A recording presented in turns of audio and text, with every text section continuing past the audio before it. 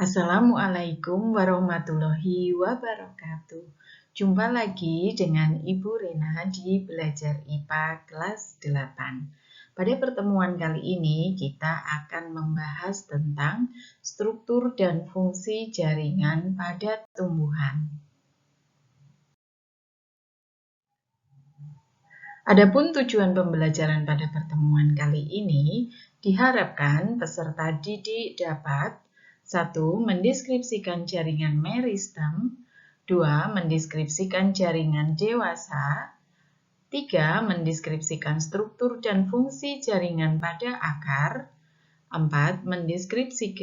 Mendeskripsikan struktur dan fungsi jaringan pada batang, dan 5. Mendeskripsikan struktur dan fungsi jaringan pada daun.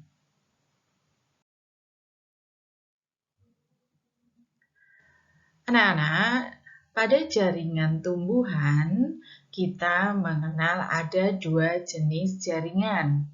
Jaringan yang pertama adalah jaringan meristem, dan yang kedua adalah jaringan dewasa. Jaringan meristem adalah jaringan yang selalu aktif membelah. Sedangkan jaringan dewasa disebut juga dengan jaringan permanen. Jaringan ini tidak aktif membelah. Pada jaringan meristem terbagi menjadi dua jenis, yaitu jaringan meristem primer dan jaringan meristem sekunder. Sedangkan pada jaringan dewasa terbagi menjadi 4 jaringan, yaitu 1 jaringan pelindung, 2 jaringan dasar, 3 jaringan penyokong, dan 4 jaringan pengangkut.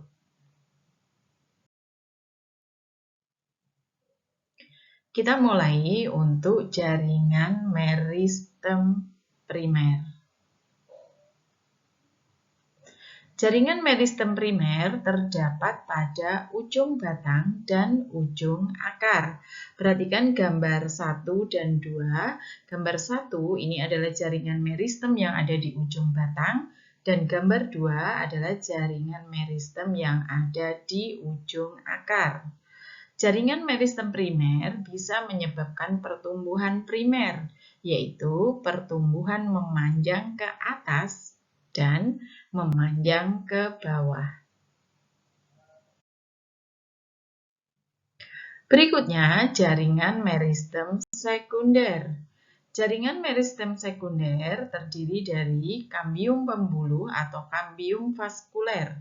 Kambium ini terletak di antara pembuluh angkut xilem dan floem, menyebabkan tumbuhan dapat tumbuh membesar.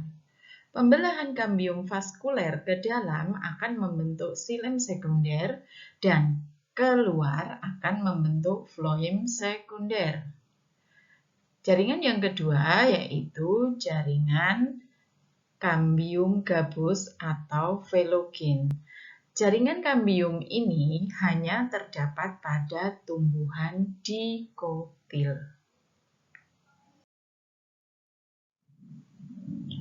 Anak-anak, pernahkah kalian mendengar istilah lingkaran tahun? Pernahkah kalian melihat batang pohon yang dipotong seperti ini? Inilah yang disebut dengan lingkaran tahun. Lingkaran tahun adalah daerah gelap terang yang terbentuk pada batang pohon karena aktivitas kambium vaskuler yang dipengaruhi oleh musim. Pada musim hujan, banyak air yang dapat diserap oleh tumbuhan, menyebabkan pembelahan sel kambium vaskuler meningkat dan ukuran sel menjadi besar. Akibatnya, terbentuklah daerah terang. Saat musim kemarau, air yang diserap tumbuhan sedikit, sehingga pembelahannya lebih lambat.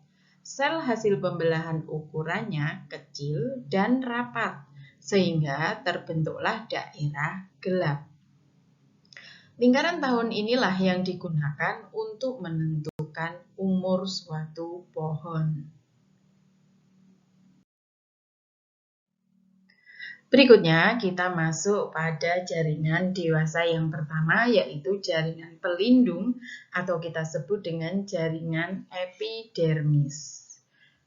Jaringan epidermis terletak di seluruh permukaan luar tumbuhan, berfungsi sebagai pelindung. Jaringan epidermis bisa mengalami modifikasi menjadi alat pelindung tambahan, misalnya stomata, trikoma, duri, dan filamen.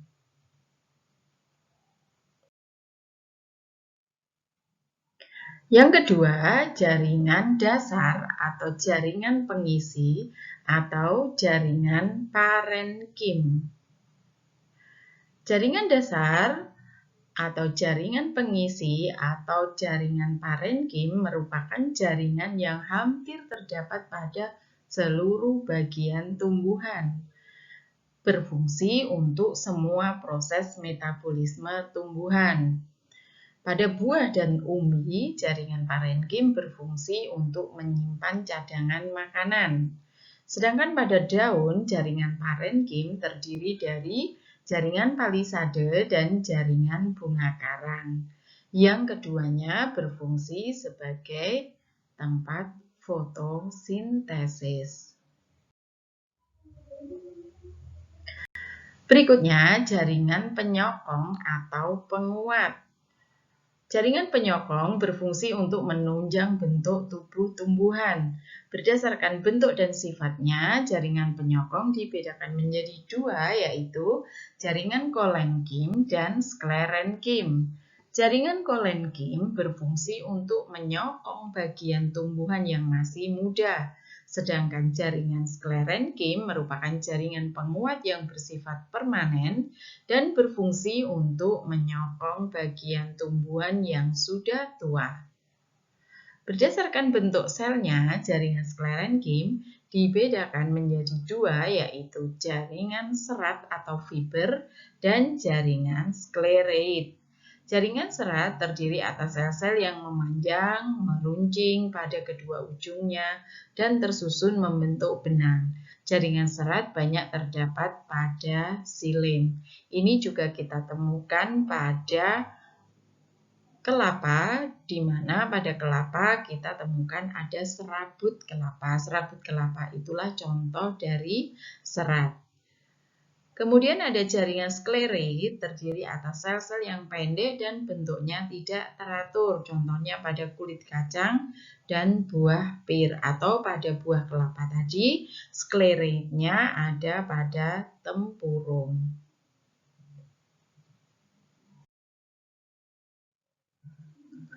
Berikutnya, jaringan pengangkut atau vaskuler. Jaringan pengangkut terdiri dari dua jenis, yaitu xilem dan floem. Xilem berfungsi untuk mengangkut air dan zat-zat terlarut di dalamnya dari akar menuju daun. Sedangkan floem berfungsi untuk mengangkut makanan hasil fotosintesis dari daun ke seluruh tubuh tumbuhan. Anak-anak, selanjutnya kita akan mempelajari jaringan apa saja yang ada pada akar. Jika kita lihat pada gambar 3.21, yaitu penampang membujur akar, terlihat bahwa pada bagian ujung akar kita temui ada jaringan meristem apikal dan tudung akar. Jaringan meristem apikal inilah jaringan yang sel-selnya terus membelah membuat akar semakin panjang. Sedangkan tudung akar berfungsi untuk melindungi sel-sel meristem tersebut saat membelah sehingga dapat menembus tanah tanpa mengalami kerusakan. Dan akar dapat menambatkan tubuh tumbuhan dengan kuat ke dalam tanah.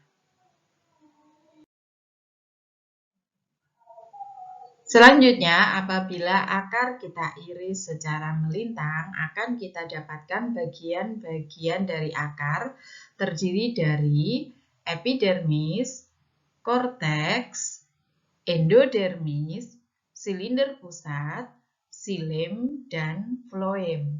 Antara akar tumbuhan dikotil dan akar tumbuhan monokotil, perbedaannya terdapat pada letak xilem dan floem. Pada dikotil, xilem dan floemnya teratur, sementara pada monokotil, xilem dan floemnya tersebar.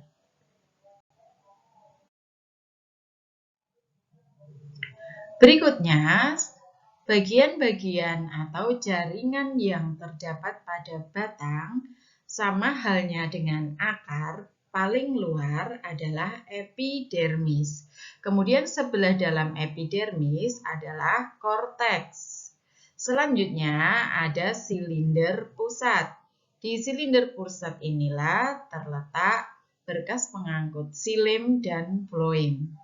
Perbedaan dari tumbuhan dikotil dan monokotil, pada dikotil antara xilem dan floem terdapat kambium, sedangkan pada batang monokotil tidak terdapat kambium.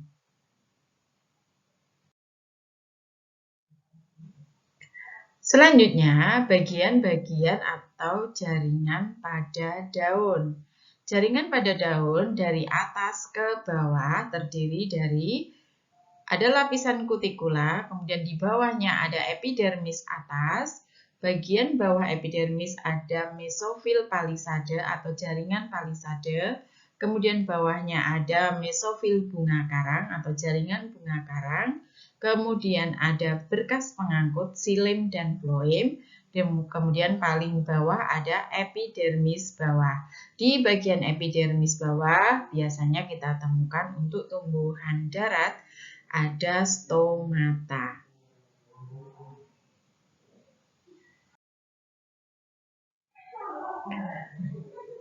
Demikian tadi materi tentang struktur dan fungsi jaringan akar. Terima kasih atas perhatiannya. Wassalamualaikum warahmatullahi wabarakatuh.